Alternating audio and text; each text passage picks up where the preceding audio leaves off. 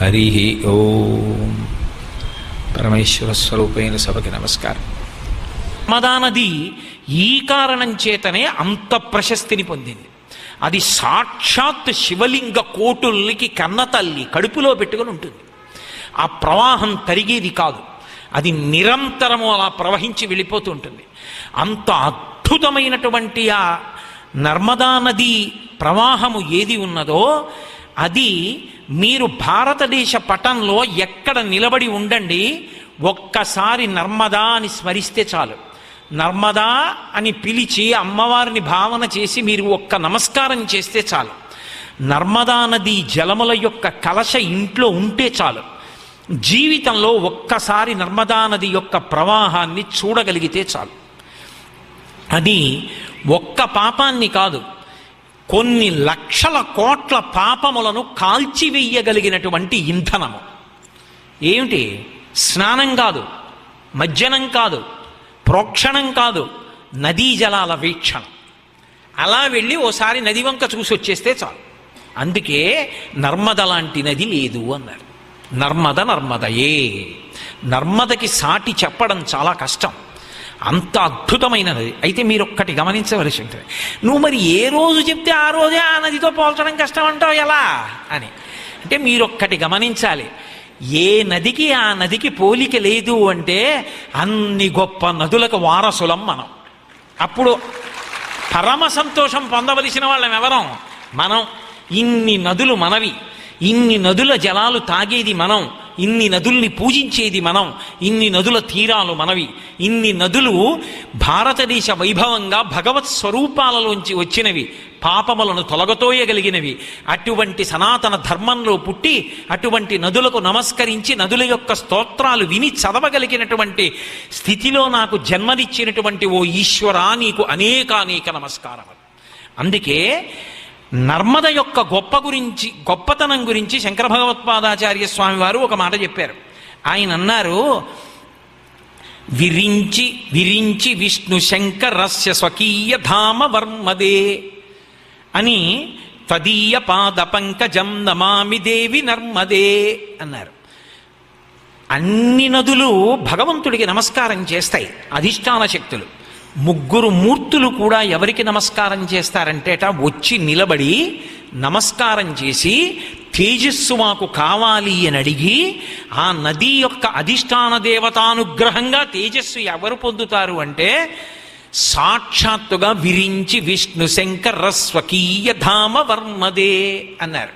విరించి అంటే బ్రహ్మగారు, విష్ణు శంకర ముగ్గురు మూర్తులు, సృష్టికర్త స్థితికర్త ప్రళయకర్త అయినటువంటి బ్రహ్మ విష్ణు మహేశ్వరులు కూడా తమ శక్తిని ఎక్కడ నుంచి పొందుతున్నారు అంటే నర్మదా నదీ తీరంలో నమస్కరించి నర్మద యొక్క అనుగ్రహంగా పొందుతున్నారు. వీళ్ళు ముగ్గురే అనుకుంటున్నారేమో. ప్రతిరోజు సూర్య భగవానుడు కూడా నమస్కరించేది ఎవరికి అంటే నర్మదా నదికి నమస్కరిస్తాట.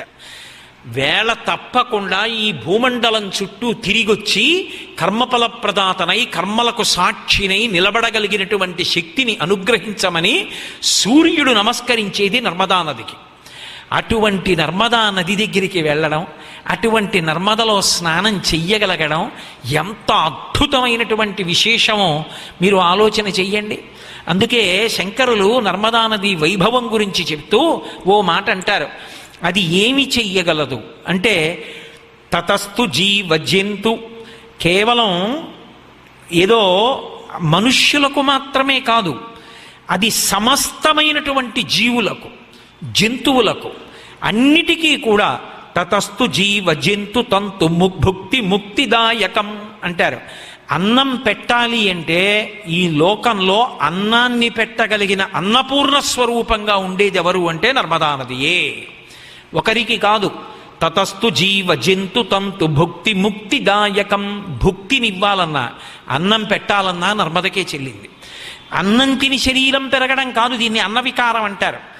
జ్ఞాన వైరాగ్యములనిచ్చి చిట్ట చివర మోక్షం పొందేటట్టుగా భక్తితో కూడినటువంటి కర్మాచరణం చేసి ఆ కర్మాచరణము చేత ప్రీతి పొందినటువంటి భగవంతుని యొక్క అనుగ్రహ విశేషముగా చిత్తశుద్ధిని పొంది ఆ చిత్తశుద్ధి పాత్రతగా నిలబడితే ఆ పాత్రత కారణముగా జ్ఞాన ప్రసరణమై ఆ జ్ఞానము వలన మళ్ళీ పుట్టవలసిన అవసరం లేని పునరావృత్తి రహిత శాశ్వత శివ సాయుధ్య స్థితిని పొందడానికి కావలసినటువంటి స్థితికి ఆనుకూల్యతని ఇవ్వగలిగినటువంటి అధిష్టాన దేవతా స్వరూపం కలిగినటువంటి ప్రవాహము ఉన్న నది నర్మదా నది. అందుకని తతస్తు జీవ జంతు తంతు భుక్తి ముక్తిదాయకం అంటారు. అది ఒక పాపాన్ని కాదు, ఇన్ని పాపాల్ని తీయగలదు అంటే శంకరులు 3 మాటలు లక్ష శబ్దం వేశారు. అలక్ష లక్ష లక్ష కోటి లక్ష పాప నిర్మూలనం. ఎన్ని లక్షల లక్షల లక్షల పాపములైనా సరే నర్మదా నది అలా వెళ్ళి నిలబడి భక్తితో నమస్కారం చేసి, ఇక్కడ మీరు ఒక విషయాన్ని ఎప్పుడూ జ్ఞాపకం పెట్టుకోవాల్సి ఉంటుంది. పాపాలు చేస్తూ ఉండడం నర్మదా నదికి వెళ్ళి నమస్కారం చేస్తూ ఉండడం కాదు. ఇక ఎప్పుడూ పాపము చెయ్యవలసిన అవసరం లేకుండా నా బుద్ధికి ధర్మమునందు అనురక్తిని కటాక్షించు, నాకు ధార్మికంగా బతకడంలో తృప్తి కలిగేటట్టుగా చెయ్యమ్మా. తప్ప వస్తూ ఉండడం, నీలో స్నానం చేస్తూ ఉండడం, పాపాలు పోగొట్టుకుంటూ ఉండడం, మళ్ళీ వెడుతూ ఉండడం, సుఖాలు పొందుతూ ఉండడం, మళ్ళీ వస్తూ ఉండడం, మళ్ళీ స్నానం చేస్తూ ఉండడం, ఏనుగు గంగానదిలో స్నానం చేసి బయటికి వచ్చి మళ్ళీ ఇసుక తీసి మీద పోసుకున్నట్టుగా బ్రతకడం కాదు. పరమధార్మికంగా బ్రతకగలిగినటువంటి అదృష్టాన్ని కూడా నాకు కటాక్షించమని అడిగి నమస్కరించిన వాడికి లక్షల లక్షల లక్షల కోట్ల పాపములను తొలగత్రోసి ఆపదలను పరిమార్చి మహాపాతకములను కూడా తీసేసి ఈశ్వరుణ్ణి చేరుకోవడానికి కావలసినటువంటి అర్హతని ప్రసాదించగలిగినటువంటి నది నర్మదా నది మాత్రమే అని శంకర భగవత్పాదులు నిర్ధారణ చేశారు. అంత పరమాద్భుతమైనటువంటి నది ఆ నర్మదా నది. అటువంటి నర్మదా నది ఒడ్డున మాంధ్రాత్రిపురంలో ఆయన మహాద్భుతమైనటువంటి తపస్సు చేశాడు. నేను మళ్ళీ మళ్ళీ మళ్ళీ మళ్ళీ మీతో మనవి చేస్తున్నా, ఒక్క నర్మదా నది తీరానికి వెళ్ళి నిలబడడం, నర్మదా స్నానం చెయ్యడము అంటే కొన్ని కోట్ల మంది దేవతలు, కిన్నెరులు, రాక్షసులు వీళ్ళందరూ తిరుగాడి పూజలు చేసేటటువంటి ప్రాంగణాన్ని మన కాలుతో తొక్కడమే. సాక్షాత్ పరమశివుని యొక్క శరీరంలోంచి వచ్చినటువంటి ప్రవాహంలో గ్రుంకులేయడమే. నర్మదా స్నానం చెయ్యాలన్నా, నర్మద ఒడ్డున నిలబడాలన్నా, నర్మదా ప్రవాహం చూడాలన్నా పిట్టి పుట్టినవాడై ఉండాలి. అందుకే జ్యోతిర్లింగంలో ప్రణవస్వరూపమైనటువంటి జ్యోతిర్లింగం ఎక్కడ ఆవిర్భవించింది అంటే నర్మదా నదిలో ఓంకార తీర్థంలోనే ఆవిర్భవించింది. అసలు నర్మదా ప్రకృతి అందాలకి ఆటపట్టు అని చెప్తారు పెద్దలు. వెళ్ళగలిగిన అదృష్టం ఉండాలి. ఆ నర్మదా నది తీరంలో కొన్నాళ్ళు కనీసం ప్రయాణం చెయ్యాలి. కానీ ఇప్పటికీ నర్మదా నది యొక్క పరివాహక ప్రాంతం చుట్టూ ఉన్నటువంటి అరణ్యాలలో కొన్ని వేల పెద్ద పులులు ఉంటాయంటారు, అభయారణ్యాలు. అసలు అక్కడ లేని జంతువు, అక్కడ చెట్ల మీద మీకు కూతలు వినపడనటువంటి పక్షులు ఎక్కడా ఉండవంటారు. అన్ని పక్షుల కలకూజితాలతో నిండిపోయి ఉంటుంది నర్మదా తీరం. అంతమంది దేవతల సమూహాలతో నిండిపోయి ఉంటుంది. అక్కడ ఆవిర్భవించాడు మహానుభావుడు జ్యోతిర్లింగంగా. జ్యోతిర్లింగము అంటే యజుర్వేదం చెప్తుంది, ఆపాతాళ నభస్థలంత భువన బ్రహ్మాండమా విస్ఫుర జ్యోతిస్ఫాటికలింగమౌళి విలసత్పూర్ణేందుమంతామృతై అస్తోకప్లుతమేకమీశమనిశం రుద్రానువాకాన్ జపం ధ్యాయే తిప్సిత సిద్ధయే ధ్రువపదం విప్రోభిషించేచ్చివం బ్రహ్మాండ వ్యాప్త దేహాభసిత హిమరుచాభాసమానా భుజంగై కంఠే కాళాహ కపర్దాహ కలిత శిచికలశ్చండ కోదండహస్తాః త్రిక్షా రుద్రాక్షమాలాసలలిత వపుషస్సాంభవా మూర్తిభేదాః రుద్రాశ్రీ రుద్రసూక్త ప్రకటిత విభవాన ప్రయచ్చస్తు సౌఖ్యం అంటుంది. ఆ పాతాళ నభస్థలంత భవన బ్రహ్మాండమా విస్ఫురత్. పాతాళం కన్నా కింద నుంచి ఈ బ్రహ్మాండపు పై అంచుని భేదించి పై వరకు పెరిగిపోయినటువంటి బ్రహ్మాండమైన జ్యోతిర్లింగము. జ్యోతిర్లింగం అంటే అర్ధరాత్రి వేళ ఆవిర్భవిస్తుంది. కటిక చీకట్లో ఏది దొంగో తెలియక సత్యమైన వస్తువుకి అసత్యమైన వస్తువుకి మధ్య భేదం తెలుసుకోలేక అయోమయావస్థలో మాయలో కొట్టుమిట్టాడుతూ సత్యాన్ని అసత్యం అనుకుని, అసత్యము సత్యం అనుకుని ఆ మాయలో తిరిగి తిరిగి తిరిగి మహామాయా విశ్వంభ్రమయసి పరబ్రహ్మ మహిషి అంటారు శంకరుడు సౌందర్యలహరిలో. అలా మాయలో కొట్టు మిట్టాడి మళ్ళీ పుట్టి మళ్ళీ చచ్చి, మళ్ళీ పుట్టి మళ్ళీ చచ్చి, ఒకనాడని కాకుండా ఎన్ని రోజులైనా సరే, ఎన్ని కాలముల యందు పొద్దున్న పోరాడాడో, మధ్యాహ్నం పోరాడాడో, సాయంకాలం పోరాడాడో, రాత్రి పోరాడాడో, ప్రదోష వేళలో పోరాడాడో, మృత్యువుతో పోరాడి శరీరం విడిచిపెట్టి శరీరం పొందుతూ జనన మరణ చక్రమునందు తిరిగేటటువంటి మనుష్యునకు జ్ఞానమును అనుగ్రహించగలిగిన స్థితిలో ఆవిర్భవించినటువంటి లింగమే జ్యోతిర్లింగము. అందుకే జ్యోతి అంటే దీపం. ఆ లింగము జ్యోతిర్లింగం అంటే జ్ఞానప్రదాత. జ్ఞానమే ఇవ్వగలిగిన వాడు లోకంలో ఇవ్వలేనిదన్నది లేదు. అందుకే కామకోటి అంటారు. కామకోటి అంటే, కోటి అంటే హద్దు, నువ్వేమడుగుతావు అడుగు. జ్ఞానము నుండి ఆ తల్లి ఇవ్వలేనిది లేదు, ఏదైనా ఇస్తుంది. అందుకే కామకోటి, కోరికలకి చిట్ట చివరి హద్దు ఆవిడ. అంతకన్నా దాటి అడగగలిగినది ఇవ్వగలిగినది ఇంకొకరు లేరు. అటువంటి వాడు పరమశివుడు. అటువంటి పరమశివుడు ప్రణవస్వరూపుడు. ఓంకారం ఆయన రూపంగా ఉంటుంది. ఆయన నుండే ప్రణవం ఆవిర్భవించింది. ఆ ప్రణవం నుండే సమస్త శాస్త్రములు వచ్చాయి. అటువంటి అన్నిటికీ ఆది అయినటువంటి ప్రణవస్వరూపంగా, ఓంకార రూపంగా మాంధాతృపురంలో నర్మదా నదీ తీరంలోనే పర్వత శిఖరం మీద విలిసి ఉన్నటువంటి వాడు మహానుభావుడైనటువంటి పరమశివుడు. శ్రీకృష్ణ పరమాత్మ చేత శాపోపహతుడయ్యాడు అశ్వత్థామ. చిరంజీవిగా ఉంటాడు. కానీ ఉద్రేకంతో ఆనాడు పాండవుల యొక్క కుమారులైనటువంటి ఉప పాండవులందరినీ కూడా ఒకే రాత్రి భయంకరంగా కంఠాలు కోసి తెగటార్చాడు. ఏడిచింది మహాతల్లి ద్రౌపదీదేవి. ఉద్రేకంబునరారు శస్త్రధరులై యుద్ధావనింలేరుకించి ద్రోహంబును నీకు చేయరు, బలోచ్చేకంబునం చీకటిన్ భద్రాకారుల చిన్నిపాపల రణ ప్రౌఢ క్రియాహీనులన్ నిద్రాసక్తుల సంహరింపనకట నీ చేతులిట్లా ఆడెనో అని అడిగింది. అలా ఇంతమందిని చంపేస్తే చిరంజీవివైన ఉగ్రస్వరూపంతో తిరుగుతావని చెప్పి శాపమిచ్చాడు కృష్ణ పరమాత్మ. ఉగ్రస్వరూపంతో తల మీద మణి లేకుండా అశ్వత్థామ నర్మదా నదీ తీరంలో ఉన్నటువంటి ఘోరారణ్యములలో తిరుగుతూ ఉంటాడని కొంతమంది కిరాత జాతికి చెందిన వారు ఈగలు ముసిరినటువంటి అశ్వత్థామ తలతో వెడుతూ ఉండగా చూసిన వాళ్ళు ఉన్నారని కూడా చెప్తారు. కార్తీక పౌర్ణమి నాడు నర్మదా తీరంలో ఉండేటటువంటి ఓంకారేశ్వరం పక్కనున్న క్షేత్రాల్లో అత్యద్భుతమైనటువంటి ఉత్సవాలు జరుగుతాయి. ఉత్సవాలకి ఆటపట్టు నర్మదా నది, దీపోత్సవాలకి ఆటపట్టు నర్మదా నది. సమస్తమైనటువంటి వారికి, అందుకే శంకరాచార్యులు వారు స్తోత్రం చేస్తారు. బాహ్లికులు, కిరాతులు దగ్గర నుంచి నర్మదా నదీ తీర ప్రాంతంలో నివాసం చెయ్యని వాళ్ళు, ఆరాధనలు చెయ్యని వాళ్ళు ఉండరు. సమస్త ఆరాధనలకి ఆయువు పట్టేది అంటే నర్మదా నది. పశ్చిమాభిముఖంగా ప్రవహించి చిట్ట చివర అరేబియా మహాసముద్రంలో కలిసిపోతూ ఉంటుంది. అంత అద్భుతమైనటువంటి స్థితి కలిగినటువంటి నర్మదా నది ఏది ఉన్నదో దాన్ని జీవితంలో తప్పకుండా ఒక్క పర్యాయమైనా సరే వెళ్ళి దర్శనం చేసి స్నానం చెయ్యాలి. అటువంటి నర్మదా నదీ తీరంలో కోరి కోరి మహాత్ములందరూ సేవించారు. ఎందుకంటే అక్కడికి వెళ్ళి సేవిస్తే తప్ప ఏ కోణంలో వెళ్ళిన వాళ్ళైనా సరే పూర్ణత్వాన్ని పొందలేదు. రంతిదేవుడు కోరి కోరి ఆ నర్మదా నదీ తీరాన్ని సేవించాడు. సేవించిన కారణం చేతనే అద్భుత తేజస్సుని పొంది శంకరాచార్యుల వారు నర్మదాష్టకంలో స్తోత్రం చేస్తారు. రంతిదేవుడిని ఆశ్రయించాడమ్మా అన్నారు.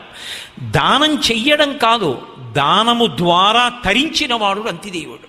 అందుకే తన జీవితంలో 40 రోజుల పైచిలకు అన్నం నీళ్లు లేకుండా ఉన్నాడు మహారాజు అయినా కూడా.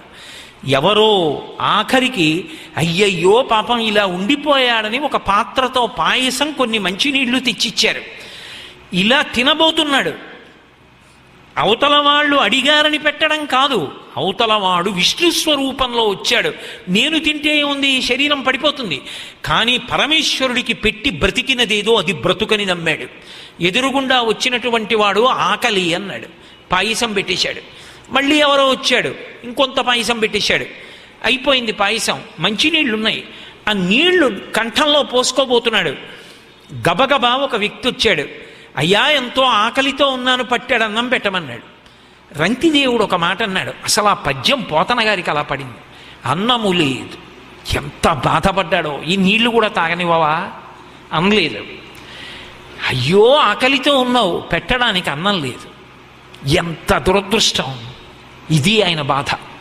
అయ్యో నేను అన్నం తినలేదు, పాయసం తెచ్చిస్తే తిందామంటే పట్టుకుపోయారు, మంచినీళ్ళు కూడా తాగనివ్వవా అనాలి. అలా అనలేదు. అన్నము లేదు, కొన్ని మధురాంబువులున్నవి, త్రావుమన్నా రావన్నా ఆపద కలిగిన ఎల్ల ప్రాణులకు ఆపద తీర్చుట కంటే ఉండు మేలున్నదే, నాకు దిక్కు పురుషోత్తముడొక్కడే సొమ్ము పుల్కసా అన్నాడు. నా దగ్గర అన్నం లేదయా, కొన్ని మధురాంబువులున్నవి, తీయటి నీళ్లున్నాయి, త్రావుమన్నా రావన్నా. ఆ పిలవడంలో వ్యగ్రత లేదు, నాకు నీళ్లు కూడా లేకుండా పోయాయన్న బాధ లేదు. ఒక్క పద్యంలో ఎంత పరకాయ ప్రవేశం చేసి ఆవిష్కరించారో పోతన గారు. త్రావుమన్నా రావన్నా ఎల్ల శరీరధారులకు ఆపద కలిగిన వారి ఆపదల్ గ్రంథన మాన్పి, వారి బాధలు తీర్చుట కంటే ఉండు మేలున్నదే. శరీరధారులకు అంటాడు. అది చీమ కానీ దోమ కానీ అదో శరీరాన్ని ధరించింది, దాని బాధ దానికి ఉంది, దాని ఆకలి దానికి ఉంది, దాని దాహం దానికి ఉంది. దీని దాహం ఒకటి, దాని దాహం ఒకటా? ఇందులో నీళ్లు పోస్తే ఏ తృప్తి కలుగుతుందో అందులో నీళ్లు పోస్తే అదే తృప్తి కలుగుతుంది. ఇక్కడ నేనంటాను, అక్కడ అది నేనంటుంది. మాయంతా ఎక్కడుంటుందంటే ఇలా అంటే నేను, అలా అంటే నువ్వు. కానీ ఆ నేను ఈ నేను ఒకటే నేను అంటే మాయబోయింది.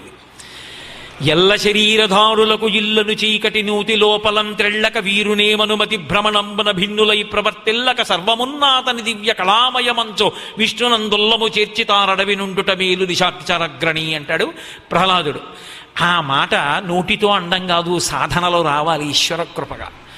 నర్మదా నది అనుగ్రహం అది రంతిదేవుడికి అన్నారు శంకరాచార్యులు వారు. నర్మదా నది స్నాన ఫలితం, నర్మదా నదిని స్తోత్రం చేసిన ఫలితం, నర్మదా నదికి నమస్కరించిన ఫలితం. రంతిదేవుడి నోటి వెంట ఈ మాటలు వచ్చాయి. అన్నము లేదు, కొన్ని మధురాంబులున్నవి, త్రావుమన్నా రావన్నా. ఎంత ప్రేమగా పిలిచాడో. పెట్టడం కాదు, ఆ ప్రేమతో పిలుపుతో కడుపు నిండుతుంది.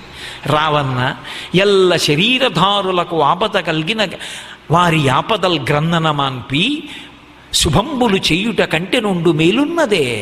వాళ్ళకి కష్టం వస్తే ఆ శరీరధారులకు వచ్చిన కష్టాన్ని పోగొట్టి వాళ్ళకి శుభం చేయడం కన్నా మంచి మేలుందో. ఈ శరీరం అందుకు ఉపయోగపడితే అంతకన్నా ఏం కావాలో? తాగు నీళ్లు.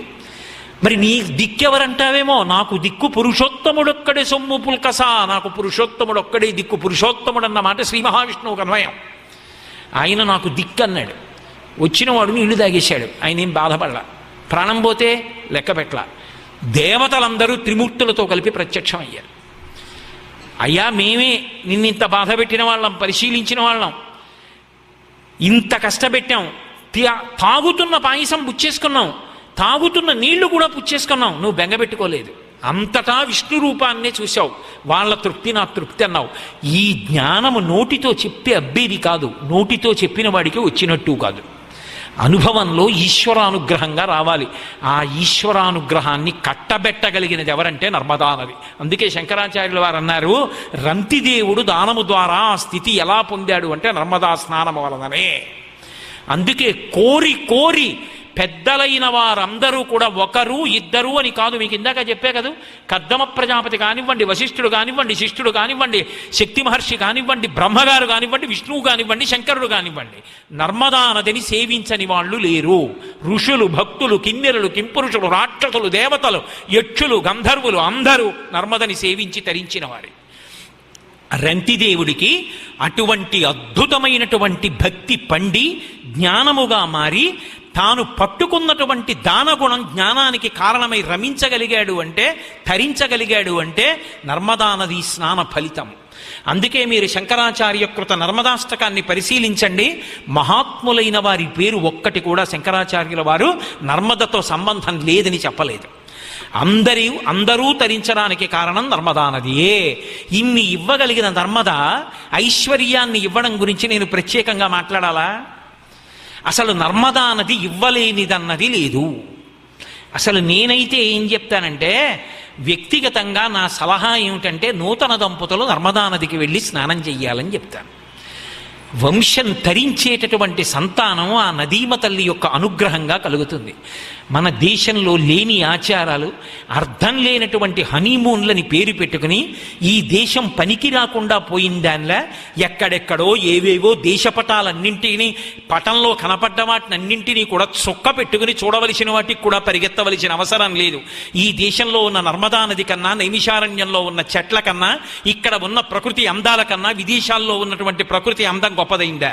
ఈ దేశంలో ఉన్న గొప్ప విషయాలు నీకు పనికి రాలేదా చూపించడానికి? అవన్నీ పట్టుకుని వేలాడి కోట్లు ఖర్చు పెట్టానని చెప్తావా? ఎంత సాంస్కృతిక దౌర్బల్యం! ఏమి ఇవన్నీ ఎందుకు పనికి రాలేదు నీకు? ఎందుకు చదవవు శంకరాచార్యుల వారి అష్టకాలు? ఎందుకు చూపించవా నదులు? కనీసం చూసి తరిస్తాడుగా.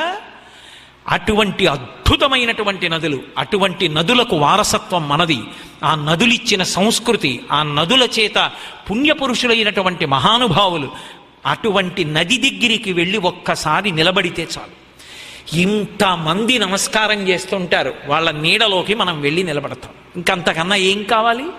అంత అద్భుతమైనటువంటి నది నర్మదా నది.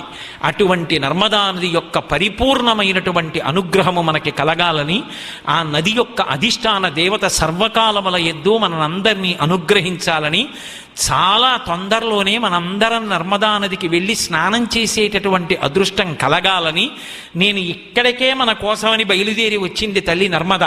మీకు నేను ఒక ఆశ్చర్యకరమైన విషయం చెప్తే మీరు తెల్లబోతారు.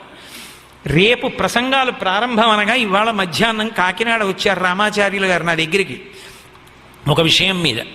వచ్చి మాట్లాడుతుంటే నేను అన్నాను, నర్మదా నది జలాలు తెప్పించకూడదా అన్నాను. ఎక్కడ నర్మదా? నేను మళ్ళీ నాలుగు ఖర్చుకుని అయ్యో పాపం ఆయన మనసు కష్టపెట్టుకుంటారేమో అనుకుని, పర్వాలేదులేండి ఎక్కడి నర్మదా, ఎలా వస్తాయి అన్నాను. మీరు నమ్మండి, నేను నదీమ తల్లుల సాక్షిగా ఇక్కడే కూర్చుని మీతో మనవి చేస్తున్నాను. ఆయన తుని దగ్గరికి వచ్చేటప్పటికి నర్మదా జలాలు విశాఖపట్నం వచ్చేసాయి. ఎలా వచ్చాయో ఆయన నోటి గుండానే మీరు ఎప్పుడైనా వింటే బాగుంటుంది. అంటే ఆ తల్లి అనుగ్రహించింది విశాఖపట్నం రావాలి, నదుల యొక్క వైభవం అంతా తెలియాలి అని. అందుకే ఆఖరి రోజు ప్రసంగం పూర్తయిపోయిన తర్వాత 5 నదుల జలాల్ని మంత్రపురస్సరంగా కలుపుతారు. కలిపి పుష్కరం జరిగితే, కుంభమేళా జరిగితే ఎలా ఉంటుందో ఈ వేదికను అలా మారుస్తారు. మార్చి అంత అద్భుతమైన సన్నివేశాన్ని ఆవిష్కరిస్తారు. మానసికంగా మనందరం అన్ని నదుల యొక్క పుష్కరాలకి, కుంభమేళాకి వెళ్ళొచ్చేసిన అదృష్టాన్ని పొందడానికి. కాబట్టి నదులంటే నదులే, వాటిని సామాన్యమైన విషయాలుగా స్వీకరించవద్దు. అటువంటి నదుల్ని రక్షించుకోవడం మనందరి యొక్క ప్రధాన కర్తవ్యం. నదులు పాడవకుండా, నదులు సంస్కృతికి ప్రతిబింబాలుగా నిలబడేటట్టుగా భావితరాలకి కూడా అందించవలసినటువంటి కర్తవ్యం మన మీద ఉంది. అందుకోసం ఈ ప్రసంగాలు వినడం తప్ప ఏదో నది యొక్క వైభవాన్ని తెలుసుకుని మనమొక్కళ్ళం వెళ్ళి స్నానం చేయడానికి కాదు. అపూర్వమైన ఈ సంపద తరతరాలకి భారతదేశంలో అలాగే అందాలి. ఆ నదీమ తల్లుల యొక్క అనుగ్రహం సర్వులకు కూడా కలిగి అందరూ సర్వతోముఖాభివృద్ధిని పొందాలి అని, అటువంటి నిర్హేతుక కృప మన మీద వర్షించవలసినదిగా ఆ నదుల యొక్క అధిష్టాన దేవతల పాదములకు సాంజలి బంధకంగా నమస్కారం చేసి ప్రార్థన చేస్తూ, నేను ఇప్పుడు మంగళం చెప్పిన తరువాత రాబోయే 2 రోజులలో జరగబోయేటటువంటి విశేషాల గురించి మీకు కొద్దిగా నేను చెప్పవలసిన అవసరం ఉంది. కాబట్టి నా యందు దయ ఉంచి మీరు మంగళం చెప్పిన తర్వాత ఒక 5 నిమిషాలు కూర్చోండి, అంతకన్నా నేను ఎక్కువసేపు మీ సమయం తీసుకోను. మంగళాశాసన పరై మదాచార్య పురోగమై సర్వైశ్చ పూర్వైరాచార్యై సత్కృతాయాస్తు మంగళం. మంగళం కోసలేంద్రాయ మహనీయ గుణాత్మనే చక్రవర్తి తనూజాయ సర్వభౌమాయ మంగళం. ఉమాకాంతాయ కాంతాయ కామితార్థప్రదాయినే శ్రీగిరీశాయ దేవాయ మలినాథాయ మంగళం. సర్వం శ్రీ ఉమామహేశ్వర పరబ్రహ్మార్పణమస్తు. స్వస్తి.